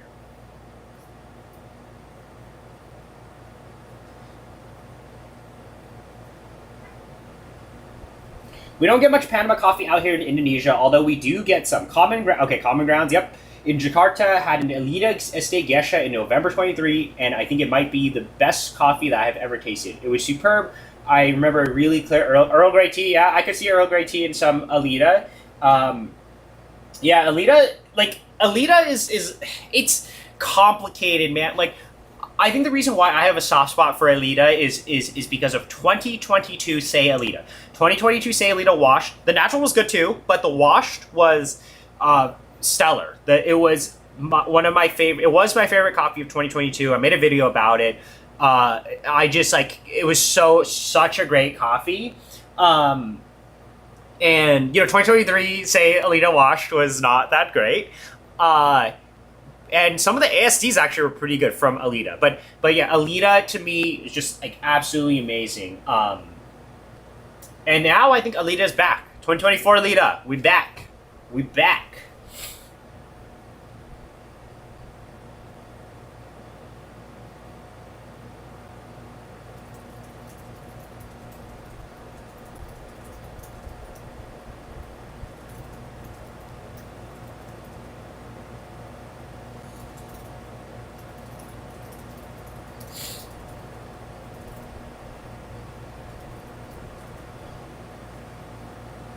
You guys make AQ couple.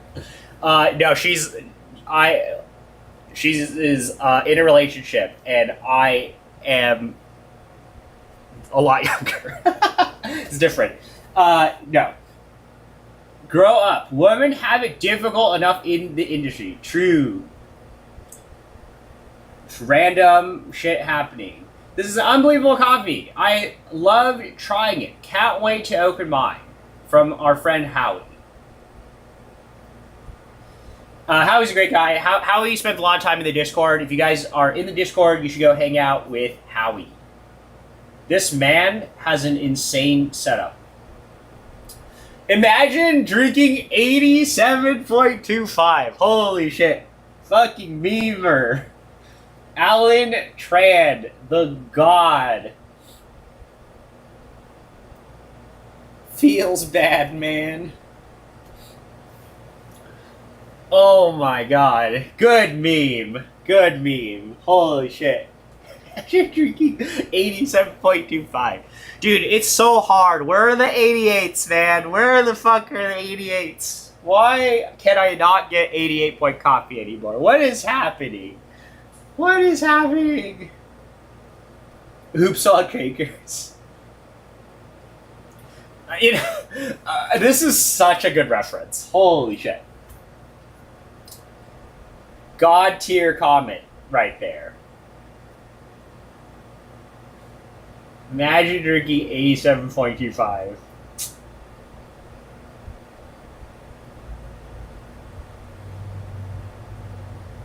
Oh my god. Okay.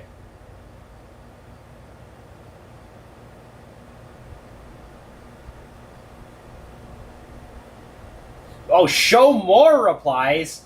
Dude, what is happening? Wait, holy shit, this is an insane chain of comments. I was looking through this. I don't know how I can watch this video. Okay, so this guy's like, I have no idea what's going on. It's just expensive, so I don't like it. And then he gets humbled. He understands things. And I didn't realize there was more comments. Why are we writing essays? What are you guys doing? How do you have so much time? Thanks for all the info. Learned a lot. Alright, smash that like button. What are we doing? Okay, what is this guy?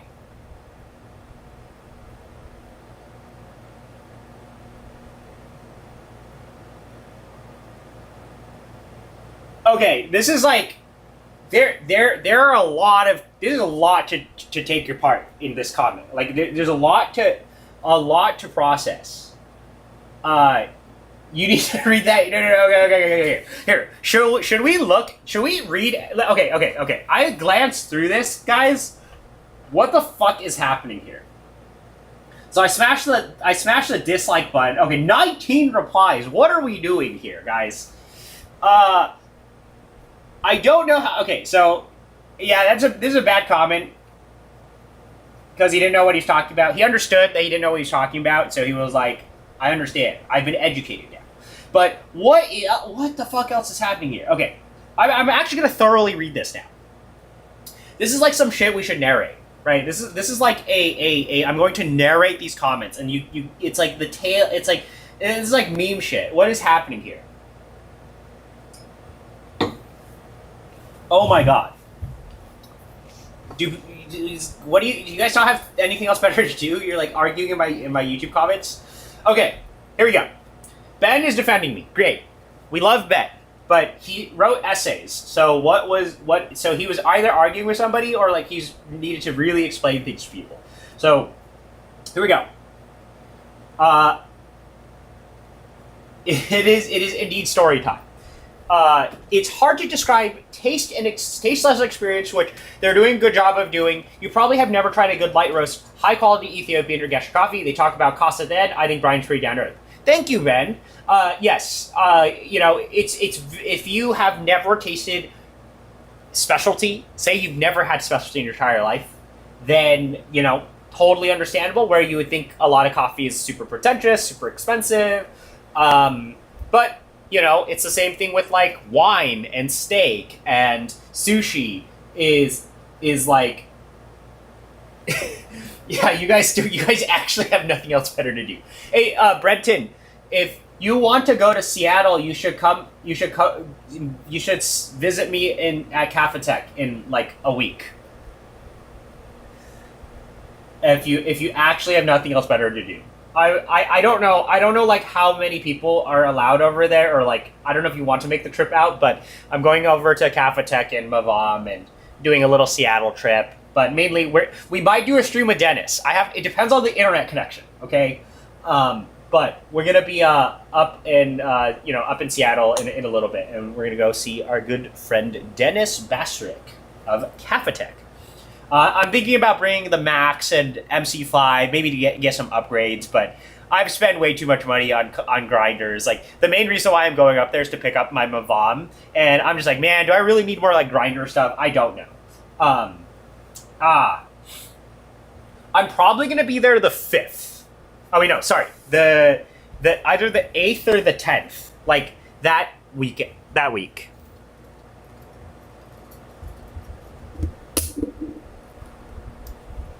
I'm gonna plug in my laptop.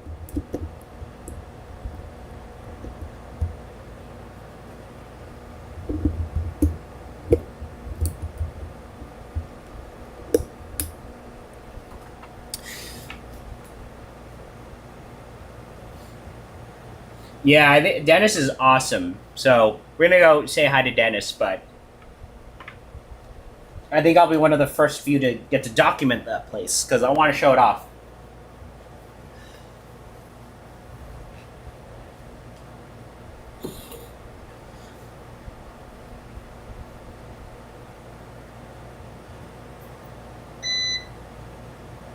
Okay, all right. I'm going back to reading this, guys.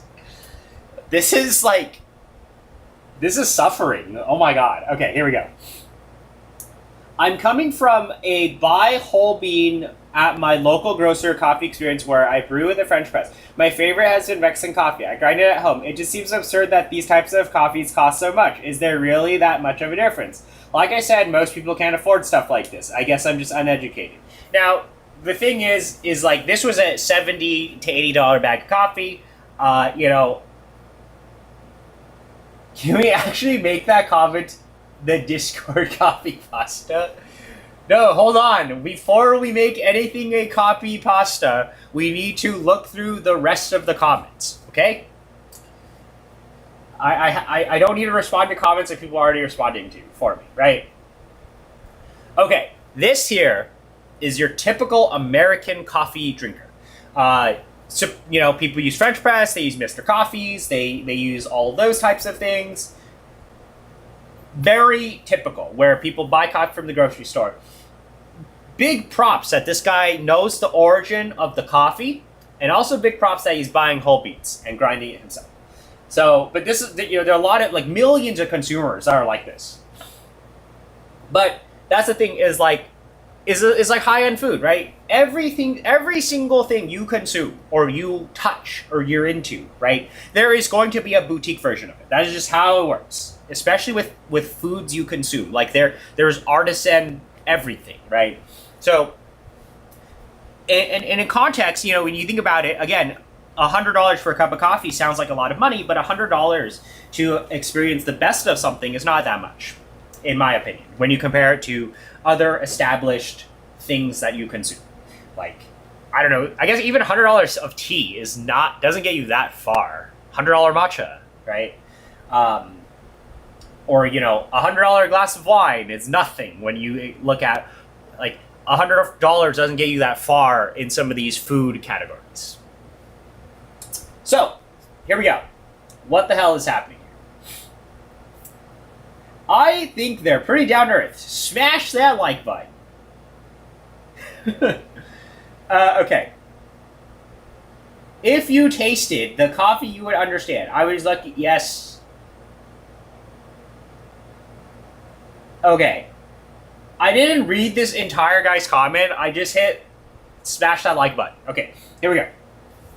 I think there's a more balanced way to look at this. If you sample widely, try different, relatively freshly roasted, good mention, specialty coffee from good roasters, you will start to notice and detect both a wide range of flavors and aromas that coffees can have, and the clear difference between quality, specialty, and commodity. This is 100% correct. This is something where a lot of consumers do not understand the difference, right? It's like, I would argue the severity of difference between, like, the scale, the quality, the exponential, this is an exponential difference between commodity coffee and specialty coffee, right? It is an exponential quality difference. It tastes, but it doesn't necessarily exponentially taste that much better. It does after a certain point, but this is like the same difference between, 90 cents cup ramen and $20 bowls of ramen, right? And this is the challenge. This right here, like, I'm going to spend a little bit of time and, like, look at this, is that, dude, we should totally talk about the Ferran stuff, is that when you look at quality differences of like items or food items in the United States, I think most consumers understand that there's a difference between, like, gas station sushi and omakase. They understand there are differences between cup noodles and $20 bowls of ramen. They do not understand that there is a quality difference of this magnitude, or really a price difference, right, between, commodity grade coffee and specialty grade coffee. That price difference really isn't even reflected at all, right? Like, you can buy commodity grade coffee, it's only maybe 2 times more expensive for specialty, right? We're not talking, it's like a 10 to 20x cost difference. Although that 10 to 20x cost difference, at least, is not necessarily on the consumer end. It's really on the, like, a producer end. Really, really convoluted conversation to get into. So, yes. Okay, cool. You did mention this. 2 to 4x the price of cheap super. It is 2 to 4 times the cost.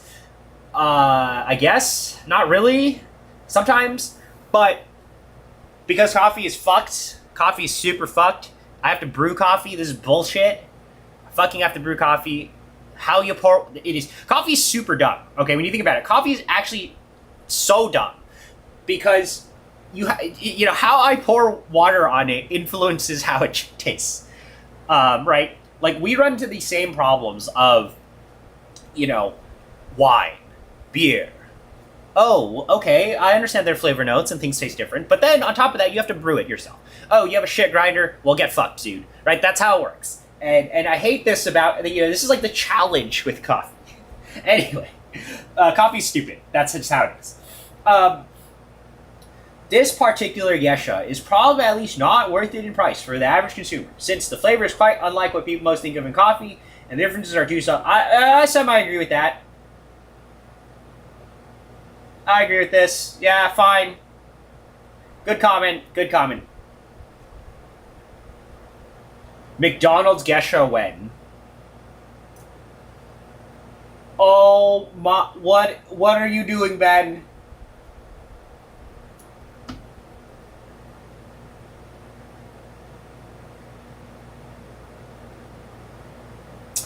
Mexican coffees are typically darker roasted and okay.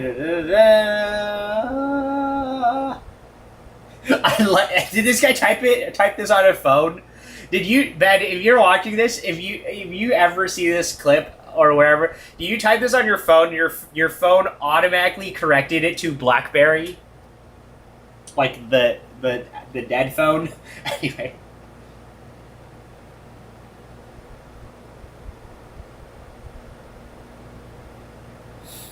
Okay.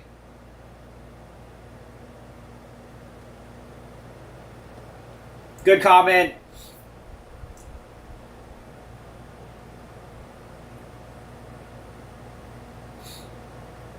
Good comment. This is a great comment. Fucking smash that like button. I think a lot of people lump coffee to the list of foods that should always be cheap, like so many think all right. So that's really the problem. I think that's like a generational problem, but also, in the States, coffee is a commodity, right? Like we view coffee as a commodity. A lot of the older generations view coffee as commodity, right? We're talking people coming from like 10 cents Folger world, and you're gonna tell them they need to spend $5 on a cup of coffee. You are fucking out of your mind.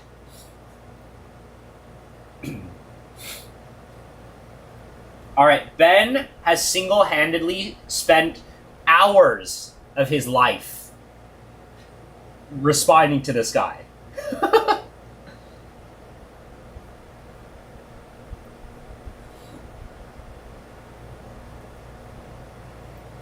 I think we're still at a point. Okay.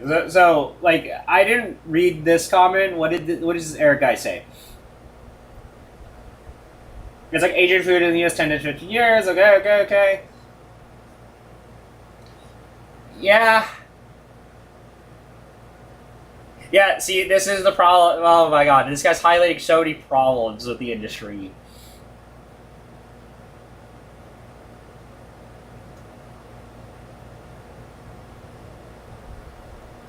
I remember years ago going to a highly rated cafe when visiting Montreal at a time I don't normally do.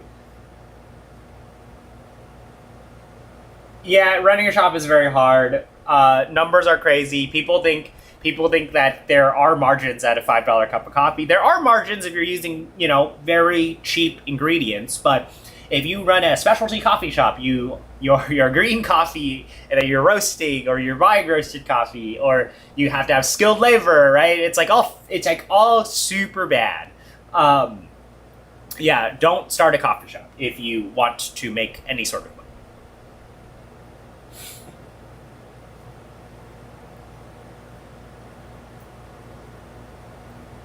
Wow, black coffee. See, this is Ben's blueberry bomb experience right here. This man tasted fruits in coffee. Everybody has their blueberry bomb experience. This guy got it. Talking about here. You don't have to buy it. You're not talking about. Aw. I still can't get the full range of flavors of the espresso too. Yes, that is true. This is why. See, this is why I'm an espresso hater. Facts and logic have been presented by Eric Lynn. Espresso, worst beverage. Throw that shit away. You can't taste the coffee at all. High TDS, delete it. I'm just kidding. Yeah, but it's a. That's the hard part with espresso. It's like, man, you put in all this effort. You have to spend so much more money on espresso world to get definition of flavors. Not to say that really, like, the best shots of espresso are like 1 to 3 plus 5, 7, 8, right? Yes, espresso can be complicated, easier to get bad results. Yeah, that's facts. Fucking facts right here. Dude, I don't even need to say anything. I can just show you guys the comments. How many times do you say, great, you have world-class grinders at home. I'm sure you have this caliber on... Dude, there literally is not that... This sounds like an information... Alright, this is a dog shit comment right here. This is actually fucking terrible. Luke, I think I don't know, man. I'll just tell you this right now. Like, this guy... Well, okay. Alright, what's happening here? Holy shit. Okay, alright. Alright, we're going to read this. I think this is a horrible comment, but I'll explain why. Yeah, the coffees I have on a daily basis, if you were to actually score them, are really like 87s. Okay? Nobody that I know of, even with $3,000 to $5,000 grinders at home, is drinking 90-plus point coffees all the time. Because... one, it doesn't fucking exist, right? Like, it's so hard to buy these coffees. Like, literally, that's why it's exciting because you're like, holy shit, I'm able to actually showcase a coffee that is 90 plus that I can actually share with people, right?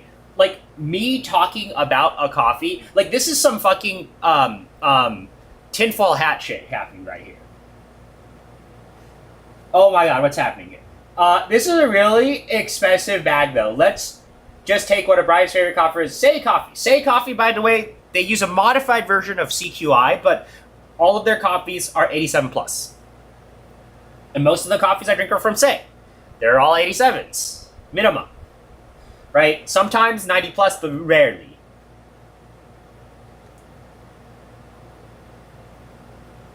Yeah, I literally do not have coffees like this on the regular.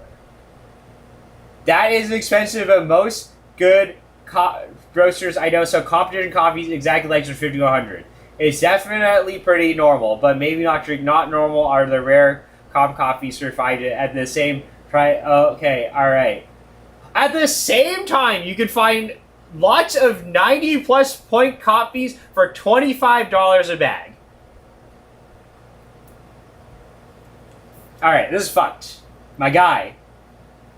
This is, where the fuck are you finding 90 plus coffees for $25 a bag? Are we talking about this? See, this is the same thing. You know, if you guys have paid attention, I said true 90 plus. Are we fucking talking about coffee reviews? If this guy is talking about coffee reviews, that is fucked, okay? That is insane. You know, I could get my 94 point coffee reviews coffee.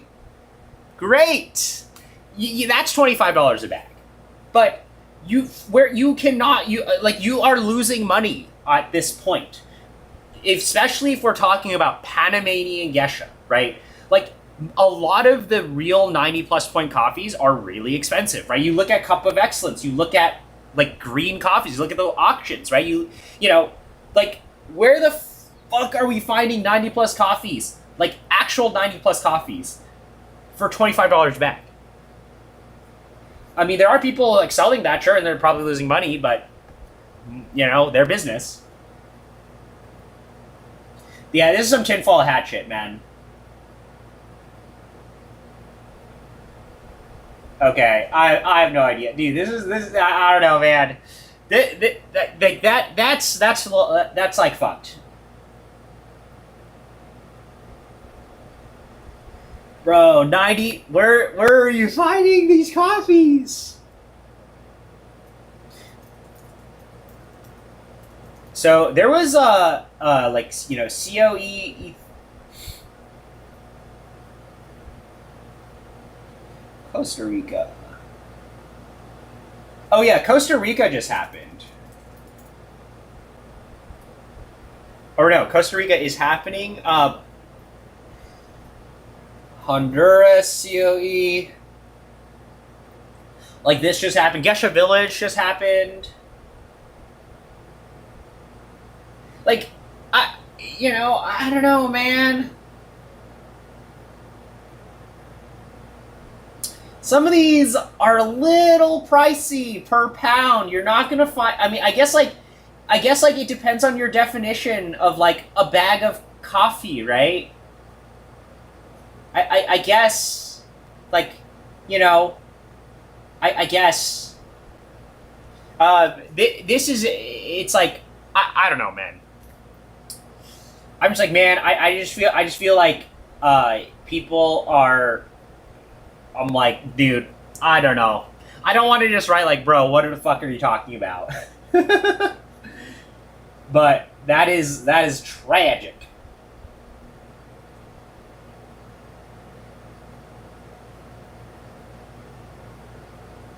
No, this is a different guy. But it's like so buried in, dude. There's like so many comments. This is like insane. Like this one thread has so many comments. Like, you have to think about this. This guy, like these guys went back and forth, and they were like, "Oh, I need to go and look at this and respond," and then go back and look at it and respond. I don't know, man. But yeah, most of the coffees I'm not drinking are 90 plus. Most coffees everybody are drinking, generally speaking, are not 90 plus, even if you have the best equipment, because they're just general availability, man. It's so hard to buy those coffees. And yeah, nothing wrong with just being excited about coffee. There's some actual tinfoil hat shit going on here, though. Like, I don't know. I'm like, dude, you cannot find these coffees at all. Anyway. Alright. Holy shit.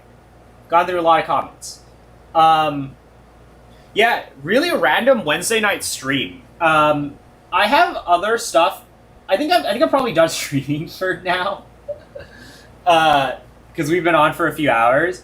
But, you know, I have some other videos coming out. I might upload this Pepe video sometime soon. But, yeah,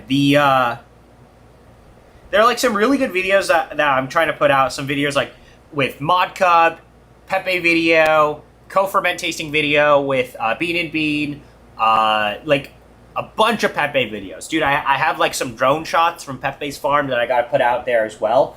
So it should be pretty fun. I just have like a lot of random videos. I'm kind of getting back in the swing of things. Been doing a lot of travel, documenting things. You know, YouTube's like, I do this shit for fun, right? It's fun to like hang out with you guys.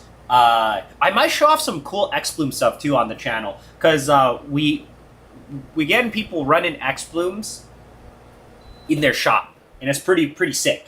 And I'm like, I gotta show that off. There's also a shop that just opened up near me that I've been pretty cool. You know, I gotta show off the stuff they've been doing too. So yeah, you can stay tuned for that. But yeah, otherwise, I have no idea. Puzzle Dripper, we show off the Puzzle Dripper. We look through a lot of good and bad YouTube comments as usual. And then if anybody wants to join the Discord, I think this is a Discord I think this invite is only available for, I don't know how to do that. Oh, here. Like, I think the invite is only available for 7 days. So if you want to be a part of this Discord, here, I'll edit the invite link. I'm going to put a never expiring invite link in the comment here. And we will see. When is the next stream? I don't know. Maybe this weekend. I might stream. I mean, there's like a coffee meetup. Do not know. You know, I have to see if I'm feeling like going to that, but might stream that. But yeah, there is now, if you truly want to join the Discord, people will scroll to the bottom to see it. But yeah, I don't know when the next stream is, man. Like, I've just been busy, so we'll have to see. But yeah, otherwise, that's all I have for tonight. I have no idea when the next time I'll stream is, but stay tuned. We have some other videos to make, but yeah, I've just been like editing videos, man. I've been like going through the backlog. There are like so many good videos to post.